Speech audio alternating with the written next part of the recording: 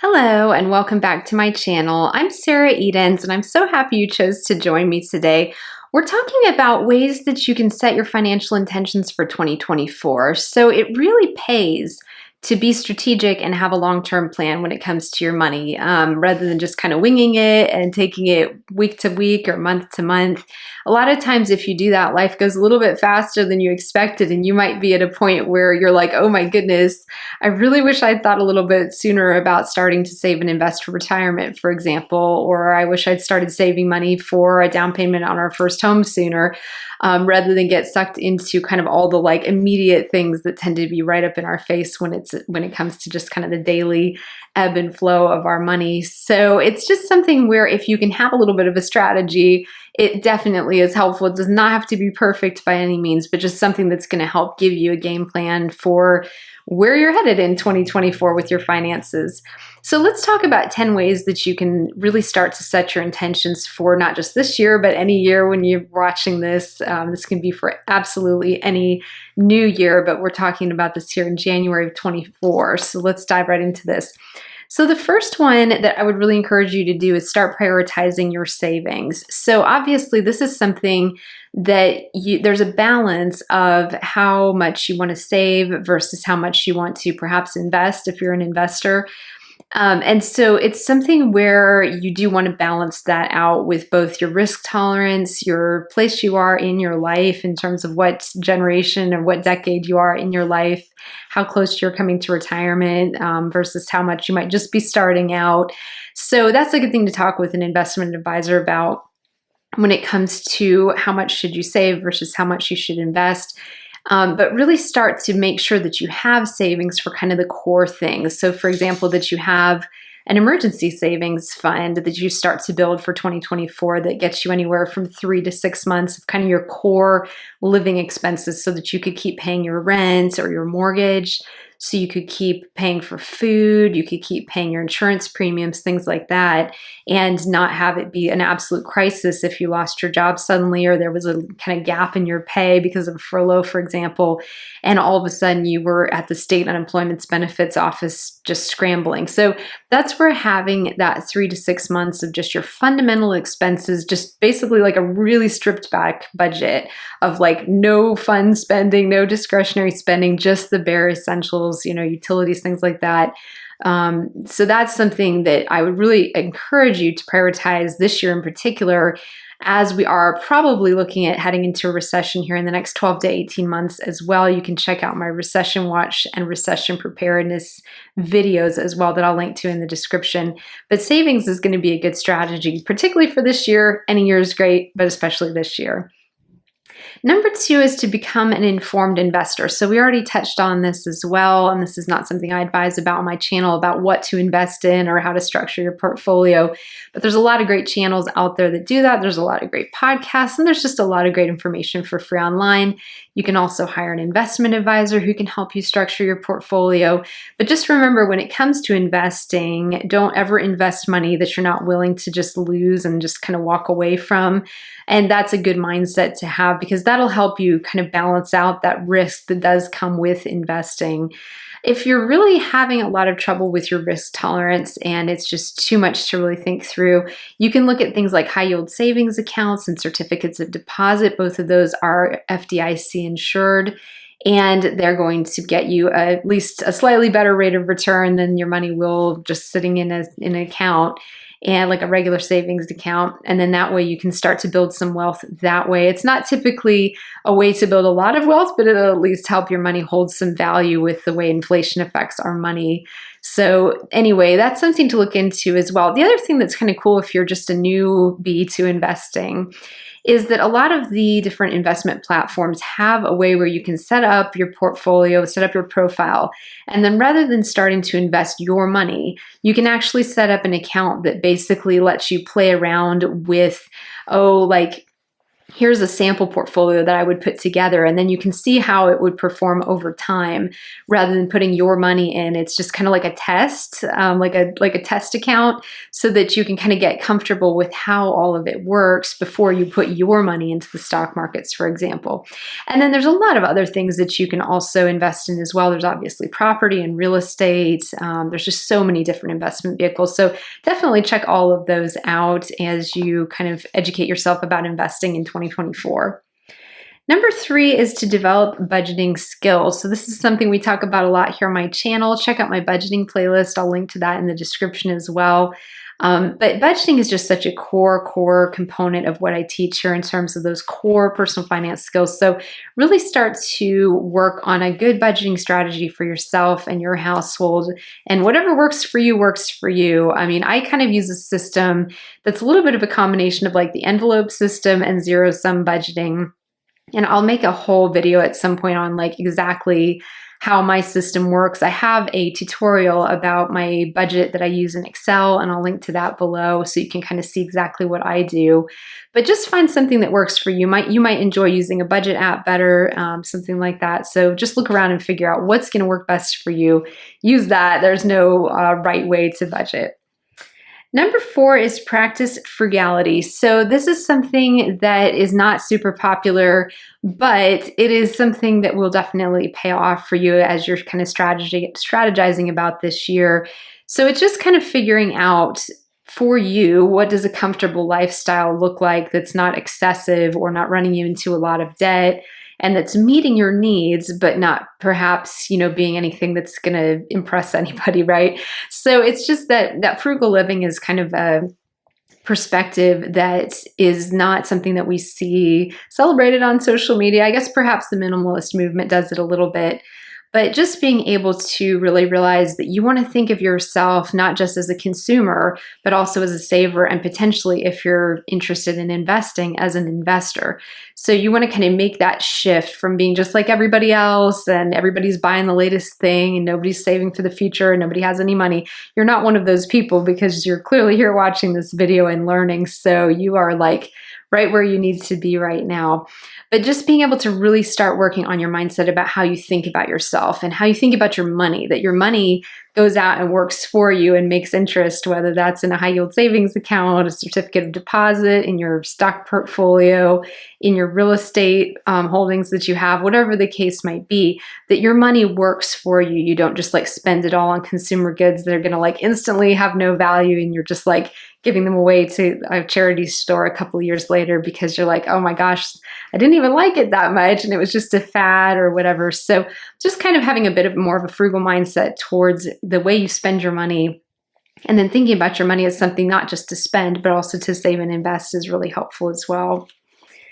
Number 5 is to avoid new debt. And I say new debt because probably a lot of you watching have some existing debt. If you're like pretty much everybody else in the United States right now, most of us have debt on some level or other. And I'm not an advocate for zero debt. Me personally, I am trying to get to the point where I have zero debt just because I don't like debt. It makes me feel stressed. I'm currently working on paying down my mortgage sooner just because that's the last debt I have outstanding, and I'd like to get that gone as well. But there's a lot of different perspectives in the finance industry about debt. Some people will say, oh, there's good debt, such as the loan you would have to take out for your mortgage, for example, so you can build equity as a homeowner. And then there's like bad debt, like, the debt on like really high interest credit cards, for example, if you carry balances there. So it really is a spectrum of the way that financial professionals view debt. But for me personally, I just encourage people, start taking a debt-free approach as much as possible. If you have something that you have to take out debt for, do it, do what you got to do, right? But in terms of not having like lifestyle inflation through debt. So if you have a home that works, but you're just feeling like, oh, but we could get approved for this mortgage and we could afford the monthly payments, or we've got this car that we kind of like, but there's this other one we're thinking about and we could afford the monthly payments, and we all get very sucked into those monthly payments versus thinking about, I'm just signing on the dotted line for like 15 to 30 years of my life paying on this house, or 5 to 7 years of paying on this vehicle. And so really try as much as possible to steer clear of like that lifestyle inflation that's fueled by debt. it's very easy to get sucked into that as your income goes up, to then want to upgrade your home and your car and the type of vacations you take and the clothes you wear and the accessories you have and so forth. So it's just something to really kind of start thinking through what's the best approach for you and really start working on that. Number 6 is to aim for financial independence with multiple income streams. So this is a little bit different from a perspective that you'll hear often called FIRE, which stands for financial independence, retire early. So that was something that was popular a couple of years ago, and you'll still see plenty of advocates of that perspective as well. Of just figure out how to make a lot of money, really work hard during your working years, save, live super frugally, and then get to the point where you have your retirement all set up and you can retire at a younger age than 65 or 68 or whatever most people retire at. So that's kind of the FIRE perspective, and a lot of them build that wealth through investments, through real estate holdings, things like that. So it's a great perspective. What I like to think about when I think about financial independence is not so much that you're looking at a time when you can stop working, although we'll all have a point where we have to stop working for one reason or another, usually down to just aging and health problems and so forth. But hopefully that's many, many decades away for all of us. And so in the meantime, just really using our working years to set up as many different income streams as we can. So that might look like your current job. That might look like a side gig that you do on the side, maybe some freelance work, maybe you have an Etsy shop, maybe you sell stuff on Amazon, whatever that looks like. And then perhaps you have a rental property that you've invested in and you're getting rental income off of that. Maybe you have investments in the stock market that you're getting some dividends off of your investments. And so you get the picture. So there's just a lot of different ways you can set up income streams, but I like to think about it that way. And then with those multiple income streams, that will get you to the point eventually where you'll be able to live off of the dividends and returns from your investments and off of some of that kind of other income. You want it as much as possible. You want those side gigs to kind of, or the other income streams coming in to be what's called passive income. So you kind of get paid to wake up in the morning, so if you're designing products to sell on Amazon, or you're having your rental property that your tenants are going to pay you rent on every month, and that just happens, just because you own the home and are invested in it. So things where you're not having to go out and get paid by the hour, for example, just that kind of thing.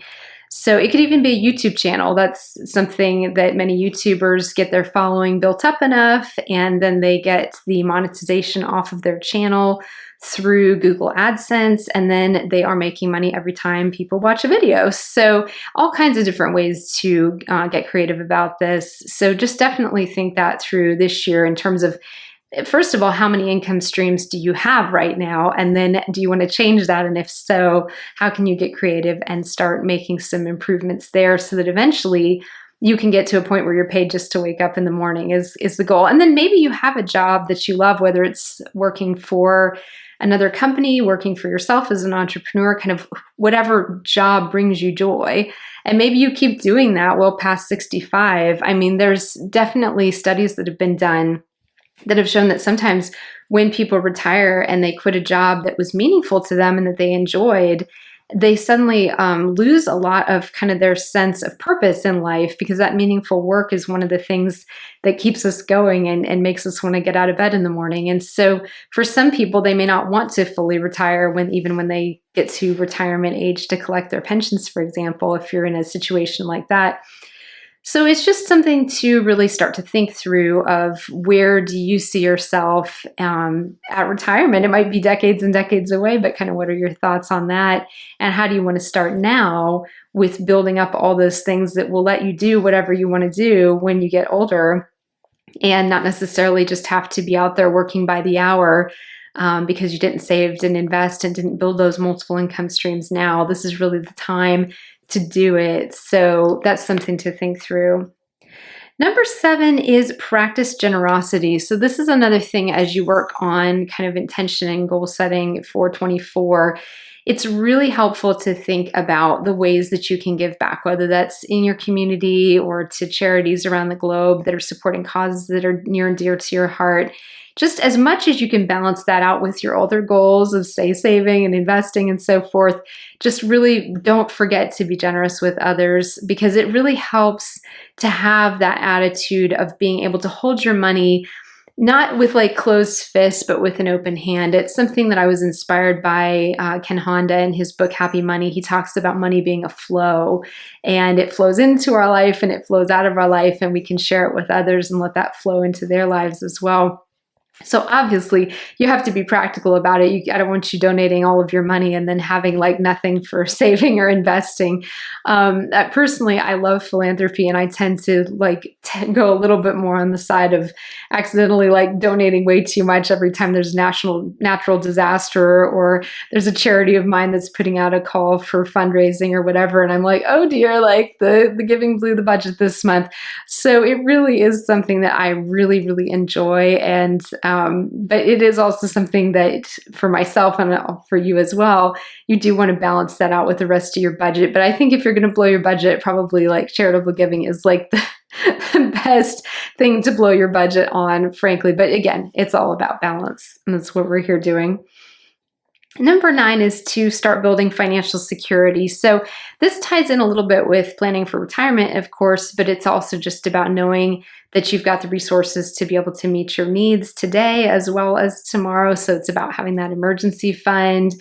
It's about making sure that you've got the right kind of insurance, like homeowners insurance, renters insurance, auto insurance, things like umbrella insurance that can kind of cover you in kind of like a catch-all situation. So it's really good to make sure that you have the kind of your ducks in the row financially. You're not in staggering amounts of debt or anything like that, that you're not, having to be servicing tons of debt, that you've got your insurance sorted out, and that also that you have those multiple income streams like we talked about. And so that you've started to bring those in to build more financial security, because that way, let's say, you only have one person in your household working, and that person gets furloughed or laid off because of a downturn. And then all of a sudden it's a real crisis, because you're like, we were all depending on that income.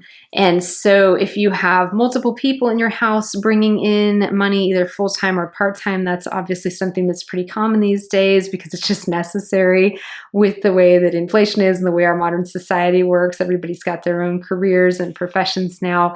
And then also, if you have those ways to start building up that passive income that we talked about earlier, that's really good, just to kind of give yourself that peace of mind that you have that. And like we said, insurance products are really important, because you want to make sure that you're in a situation where, let's say you have a really bad hailstorm, you want to make sure that you had hail damage coverage on your homeowner's policy, so that you're not out for a new roof out of pocket. I mean, that can be terribly expensive.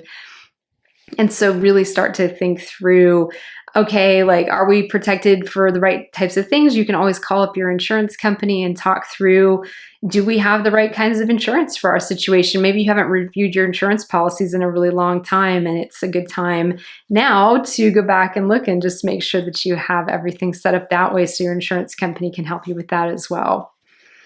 And then number 10 of things that you can do for 2024 to really start strategizing and thinking through kind of how you want this year to be the year that you start putting great money skills in place and great money mindset in place, is to really think through your long-term financial planning. And this is where, when it comes to retirement planning, because it can be many decades off in the future potentially, it can be really challenging to remember to prioritize your retirement planning and not get sucked into buying a new house and a new car and constantly going on expensive vacations and getting sucked into being a consumer. You also want to think about, what's our plan for retirement? And also too, these days, don't count on the government being there for your retirement plan. If they're there in whatever country you're watching this from, and they have some kind of a pension for the elderly, fantastic, that's great. But you want to make sure you have your own plan too, so that's just supplemental and you're not living off of that, because there's just so many different things that go into what the future of, say, Social Security here in the United States is going to look like in the next 30 or 40 years. It could be completely different from the way it looks today.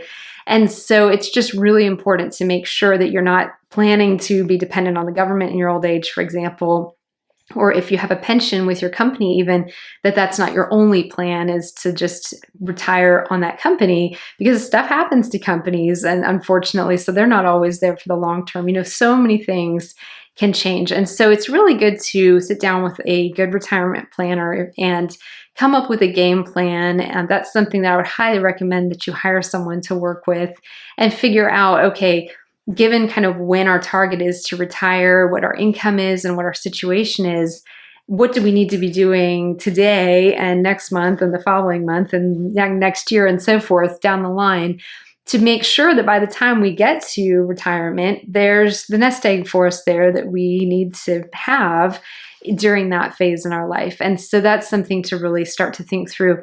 The other thing in terms of long-term financial planning is to also make sure you have those important legal documents in place. So you want to make sure you've got a will. You want to make sure that you've got a living trust if you choose to go that route, which basically is just a situation where you set up everything in your financial picture under a trust, and it that directs exactly how everything's going to go if, God forbid, you pass away or your partner passes away, and it just makes things a lot easier to sort your affairs out. That's something that people sometimes do as they get on in life, but sometimes they do it much sooner than that, kind of depending on their situation and perhaps how risky of a job you work, things like that. But just making sure that your spouse and your kids are going to be provided for, and that you've got life insurance, for example. That's super important. Even thinking things through like disability policies. So if you got injured and couldn't do your current job, that you have something to basically insure your paycheck. So there's all kinds of these like longer term, whether they're insurance products or legal documents, that you kind of want to start thinking through as well. So you can talk with an attorney about things like the wills and the trusts. You can talk with a retirement planner about retirement planning. And so that's something that if you just start taking small steps on that today, that's going to really help you be better prepared in the future. Okay, well, that is all for today on 10 ways that you can start to really get your financial house in order for 2024. Start kind of setting your intentions, thinking through what you want this year to look like. And thank you so much for joining me, and I will see you again soon in my next video.